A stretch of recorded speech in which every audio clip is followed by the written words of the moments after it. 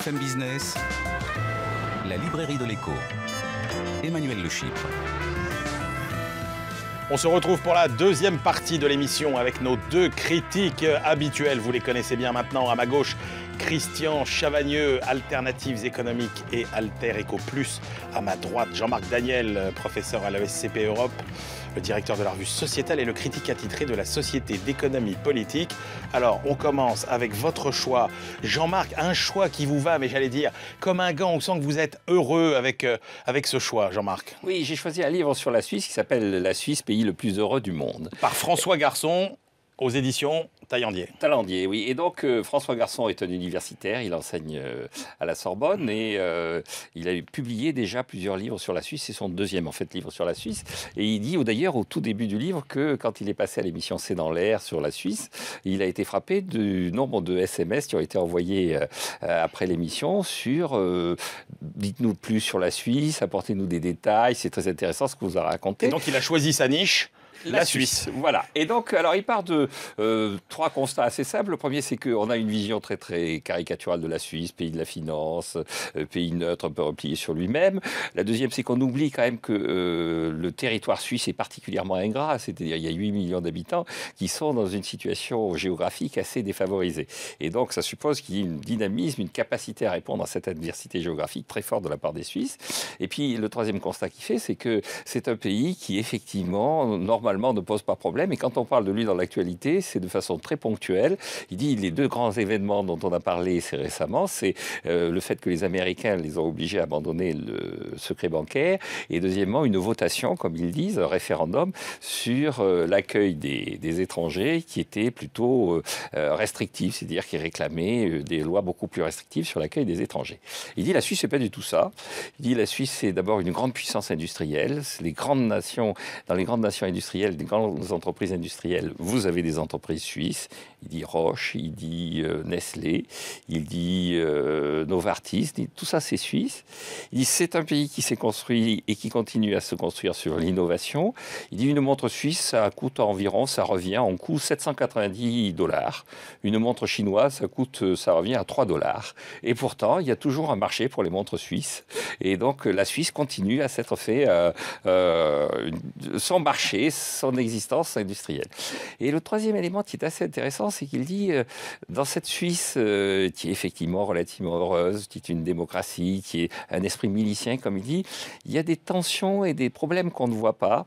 La fin du livre est pour ça, à mon avis, assez intéressante. Il dit bien, en fait, le problème linguistique n'est pas que belge, il y a aussi un problème linguistique en Suisse. Et il y a de plus en plus d'affrontements entre les alémaniques et les francophones, avec une sorte d'assimilation des francophones aux Français que l'on méprise et des alémaniques aux Allemands que l'on redoute. Et donc, il dit, c'est un pays qui est un pays qu'il va falloir suivre parce que c'est un pays heureux, fort, compétent, mais menacé. Bon, Christian, on fait nos valises, on va tous en Suisse. Moi, j'ai rien contre la Suisse, j'ai une montre suisse, hein, donc pas au prix qu'a indiqué Jean-Marc. Je précise tout de suite parce que je le voyais venir. Alternative économique, Christian, ça marche. Par contre, on est toujours agacé quand on commence un livre et qu'il y a une erreur historique. Bon, ça commence en nous disant que les gnômes de Zurich, c'est la fameuse expression de Gaulle, pas du tout, c'est l'expression du Labour britannique. Mais ça, encore, c'est un détail. Non, le vrai souci avec ce livre, c'est que ça nous donne une image aussi fiable de la Suisse qu'un dépliant touristique. Hein. Et on nous dit, la Suisse, vous comprenez, c'est un pays qui innove beaucoup, c'est un pays dont la part du système financier et bancaire, mais mon pauvre monsieur, est toute petite. Sauf que vous voyez sur le premier thème que le classement Thomson Reuters nous place, la France, nous, avec 7 grandes entreprises innovantes et les Suisses avec 4. Donc en fait, la France innove beaucoup plus que la Suisse. Et pourquoi je dis ça? Parce qu'en fait, le livre n'est pas du tout un livre sur la Suisse, pays le plus heureux du monde. C'est la Suisse est plus heureuse que la France, parce que la Suisse est plus libérale que la France, plus libérale sur le plan politique, plus libérale sur le plan économique. La preuve, elle innove, je viens de faire un sort. La preuve à cet argument, la preuve, son système bancaire n'est pas si développé de ça, mais l'auteur oublie de nous rappeler quand même qu'une banque suisse, l'actif d'une seule des deux grandes banques suisses, ça fait 2 fois le PIB de la Suisse, alors que nous, BNP, c'est gros, mais ça fait 1 fois le PIB de la France, etc., etc. Ce qui me gêne surtout le plus, c'est toutes les omissions qu'il y a dans ce livre. Parce que j'ai pris là 2-3 points, il y a beaucoup de points qu'on pourrait contester, qui sont présentés dans le livre, mais c'est surtout les vous aimez pas. Attendez, c'est cette image d'un pays qui serait ultra compétitif parce que libéral. Non, je viens de montrer que notre pays est beaucoup plus innovant d'après le classement Thomson Reuters, que la Suisse, que oui, le secteur bancaire suisse joue un rôle extrêmement important, même si ça part dans la valeur ajoutée, les chiffres qui sont donnés sont corrects et relativement faibles. Et surtout, l'auteur oublie de nous dire que dans ce pays magnifique, pourquoi Swissair, qui était une des plus grandes compagnies aériennes, s'est écroulée? Pourquoi la République des copains fonctionne très bien en Suisse? Pourquoi ce pays est toujours le paradis des trafiquants d'art? Pourquoi ce pays a fait une partie de son développement historique sur le fait qu'il envoyait des mercenaires sur tous les terrains du monde, de Louis XVI jusqu'à Napoléon, etc., etc. Il y a toute une image, je dirais, un peu noire, un peu la face cachée de la Suisse qui n'est jamais mise en avant. Tout ça pourquoi? À des fins qui sont politiques, à mon sens, et très générales, consiste à dire la Suisse est un pays heureux parce qu'il est libéral et la France devrait se libéraliser et la France serait un pays heureux. Mais Voilà. c'est pas un très bon modèle de pays libéral, la Suisse.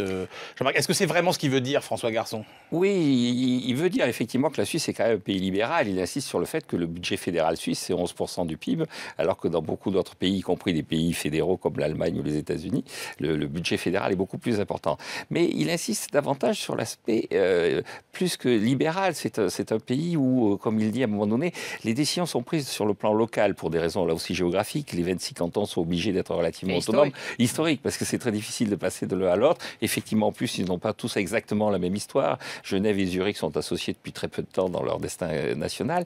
Et donc, le message, c'est que quand on s'organise en petites communautés, en petites sociétés qui s'autogèrent d'une certaine façon, on est plus efficace qu'avec un État centralisé. Alors, mais je trouve que la démonstration est convaincante. Oui, mais alors, messieurs, pour terminer sur ce livre, ce qui me stupéfie, c'est que vous n'avez absolument pas prononcé une seule fois le mot de fiscalité.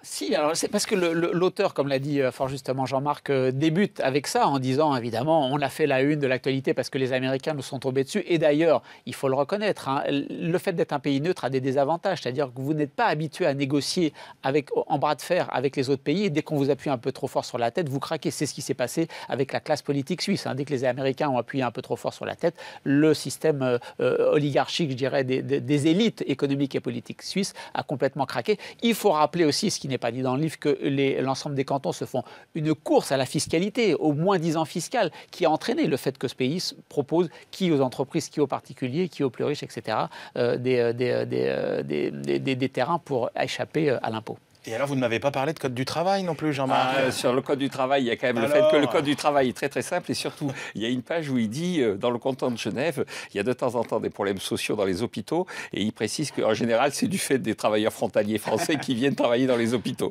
Que dès qu'il y a un problème social, c'est les Français qui sont à l'origine du problème social. On ne peut pas parler de ce livre sans rappeler le livre qui a été écrit sur le Danemark, le pays aussi des gens où les gens sont le plus heureux au monde. Alors, rapidement, là, s'il fallait se faire un petit match Suisse-Danemark, vous êtes plus convaincu par quel modèle? Danemark, évidemment. Christian? Ah non, moi je crois que cette autogestion suisse est plus sympathique que cette social-démocratie pesante du Danemark.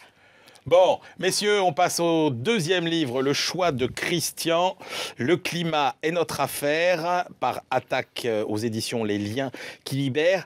Alors, Christian, moi, ce que j'ai envie de vous demander, c'est finalement, bon, il y a beaucoup de littérature qui sort sur ce sujet. Pourquoi vous avez choisi ce livre-là? Bon, c'est un livre militant et surtout très pédagogique. Militant parce que, bien évidemment, les auteurs veulent mobiliser, veulent que les gens se mobilisent parce que la COP21 arrive et donc il faut absolument se saisir de ces sujets. Mais c'est un livre, et d'ailleurs, à la fin, on nous dit, il y a deux façons de militer, en gros. Hein. Il y a soit on renverse complètement le capitalisme parce qu'il va nous emmener dans le mur sur le plan environnemental, puis il y a d'autres qui disent, il faut le verdir un peu. Et en fait, les auteurs du livre nous disent, il y a sûrement une voie de compromis entre les deux. Donc c'est voilà, il faut qu'on trouve une voie de compromis entre les deux. Il y a un peu chez Attaque là. Ouais, mais non, c'est parce que c'est l'image que vous avez d'Attaque qui est en train de changer. Parce qu'Attaque, il y a vraiment des gens compétents, il y a des vrais professionnels, des vrais universitaires qui travaillent sur les sujets, notamment sur les questions climatiques. On nous dit, bien évidemment, il y a la COP21, les États vont essayer de s'entendre entre eux pour faire quoi?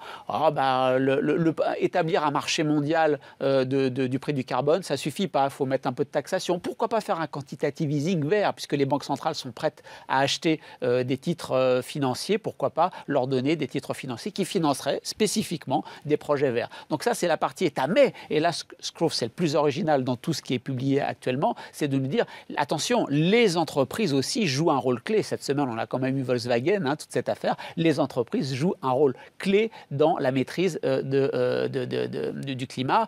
Ce chiffre absolument étonnant, 90% des entreprises dans le monde sont à l'origine des 2/3 des émissions de gaz à effet de serre. Donc si vous voulez vraiment encadré. Il y a peu d'acteurs privés à encadrer. On nous dit que l'efficacité énergétique est en baisse. Au sortir de la Deuxième Guerre mondiale, il vous fallait dépenser un baril de pétrole pour en produire 49. Aujourd'hui, quand vous dépensez l'énergie d'un baril de pétrole, vous en produisez 15. Et si vous prenez le pétrole des schistes bitumineux canadiens, vous en produisez 3 seulement. Donc le secteur de l'énergie consomme de plus en plus d'énergie. Les fameux GAFA, on pourrait penser que le digital, ça consomme beaucoup moins. Non, ils nous disent que ça consomme au moins déjà 2% des énergies, de l'énergie dans le monde. C'est Google, Amazon, tout ça, qui sont des gros dépensiers d'énergie, qui vont chercher de l'énergie renouvelable, mais qui du coup, allant chercher tellement d'énergie renouvelable, font monter les prix du renouvelable parce qu'ils en prennent tellement pour eux. Donc il y a vraiment cette analyse qui est à la fois du côté militant, il faut que la société civile se mobilise, du côté des États qui doivent se mobiliser, mais aussi du côté des entreprises, c'est assez large. Le style est tout à fait limpide,